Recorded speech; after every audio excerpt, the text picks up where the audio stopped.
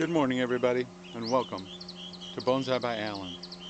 So today I'm going to unpot this crepe myrtle, and it's a very tall, thin tree.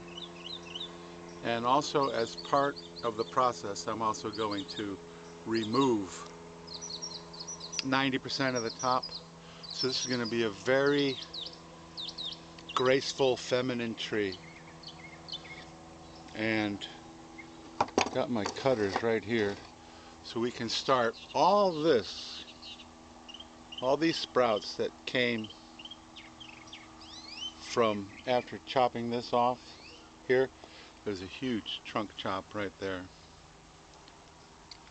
They all sprouted at the same time, and you can see some of them have grown quite long, 2 feet or more. I'm actually only going to save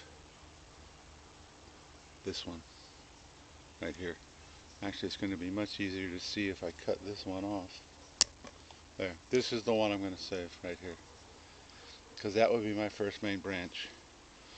So I'm going to cut the rest off.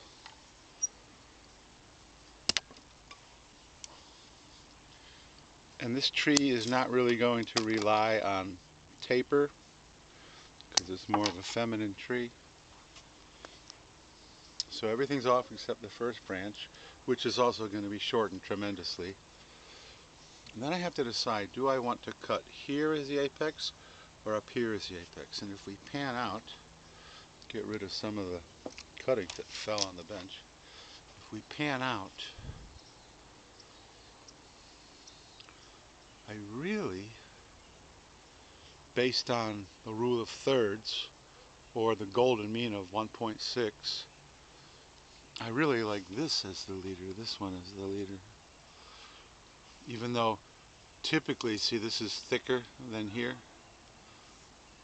Typically, bonsai convention says you choose the thinner one, because over time the thick ones can sometimes just get out of proportion. But as far as the proportions of the distance from here to here, in comparison to the distance from there to the roots, is in better keeping with the 1 to 1.6. So I'm going to chop this guy off here, and then I also want movement here, and then movement to the back, so that I'm not to the back, but back across to the left again. So I'm going to cut this guy. I may shorten him, because I know it's going to be very difficult to see, but if you shorten to a bud that's facing out this way, then that can be part of the design. That can be another main branch. And then we've got this little nub right here, which is going to be very difficult to get at without destroying anything else. Well, that wasn't perfect, because in a perfect world that cut would be down, so you wouldn't see that stub. So I'm going to cut the first main branch, which is quite tall, to right here. And that's because there's a bud right there. And so if you keep looking at that bud right there, when I bring the branch down, which I'm going to do, not completely horizontally, but this bud will shoot out horizontal. So instead of wiring the whole thing down, I'm going to cut to there. That will create more ramification. And at this point, I think I may reduce this guy, but I may keep him, because who knows, maybe I'll change my mind. And then if this is going to be the leader, then we come up, and then up, and then up, and it needs to come, see, once again there's a bud right there. It's tiny right now because the plant is dormant, but based on the proportions, I'm going to cut to right there. So now we have,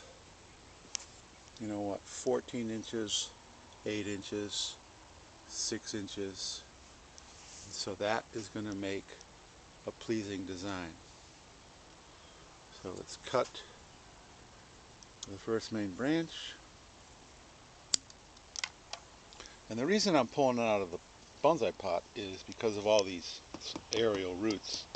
Not really aerial roots, but exposed roots. I hate that. And the problem with this tree is when we get to the repotting stage is that the base is just a huge knob, which is very, very difficult for me to cut away to lower it down. So I'm just going to put it in a bulb pan, which will give it deeper soil, cover these roots, and then through the years, over time, I will try to lower it. This tree could also use a different pot. Once I put it back into a bonsai pot, the pot's going to be oval, and it's also going to be longer. So I actually cheated, brought my tape measure out. So if we measure the tree from the base of the soil to the tip, it's 27 inches, and it's going to be even bigger than that because it's obviously going to grow. So if we take a third of 27, that's 9 inches. So the pot should be 2/3 that, so that's 18 inches, and this pot is 12. So an oval pot, at least half as much again as wide as this one. But that probably won't be for another year because I'm going to stick it in this pot here and then just grow it on. These roots that are exposed are still alive. You've got roots here that are actually still moving into the soil. So this root is alive. Most of these roots are alive because they end up going back into the soil.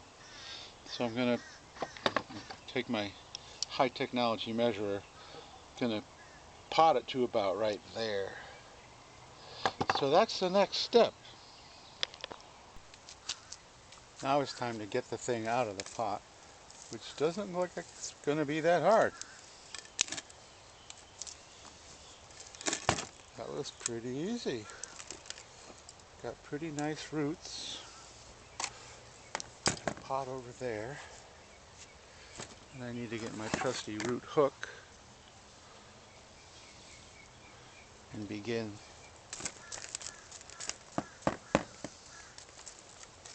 working on the roots. Can I do it left-handed so you can actually see? You know, I think I just figured it out. Normally I'm on the right side of the screen. But since I'm right-handed, that means my left arm is a lot of times in the way. So what I need to be doing is be on the left side of the screen so that my left arm will then be behind the tree and you'll be able to see what I'm doing better. But hey, I'm a lefty for today. That looks pretty good. I don't know if we can get to the... Well, you can't see it, but you can hear it. And the stump on this tree is just really difficult to cut. That looks pretty good.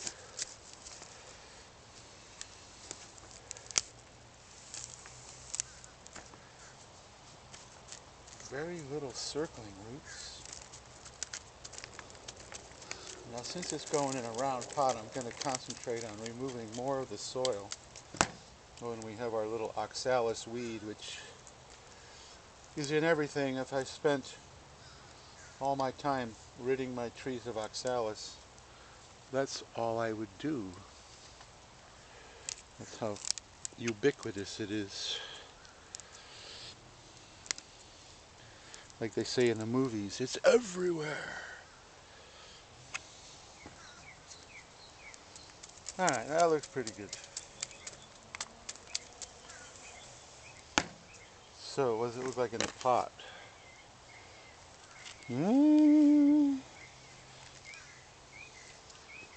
Probably needs to be cut. And as usual, as an amateur videographer, I forgot my scissors. So, I'll be back. Confucius say, bring all your tools with you before you start the video. So get the pot out of the way. Just gonna cut around the perimeter. I'm really happy with how healthy the roots are. I knew this was a healthy tree from all those sprouts that came from the cut. But you see how this root here, these are all perfectly alive. They're going down into the soil. But I want the space here to be eliminated. There's a couple of them that are dead, like that guy right there is dead. This guy right here is dead. But for the most part, all of those roots that are exposed have living veins of root going down. So, back into the pot. Holy cow. Almost no room for the roots to grow out anymore. But that's okay. And then fill it with soil. Cover all those exposed roots. I'm going to fill it beyond really what I think, because this landscape mix will degrade over time and it will settle over time. So once it does that,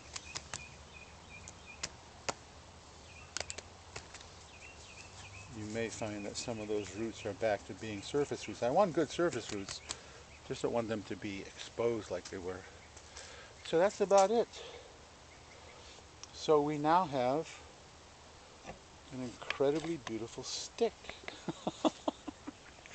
I seem to love sticks, but hey, in the late winter, early spring like this, things like crepe myrtles, or I did those lower petalums, or some of the portulacaria, that's part of the process for me, is cutting things way back and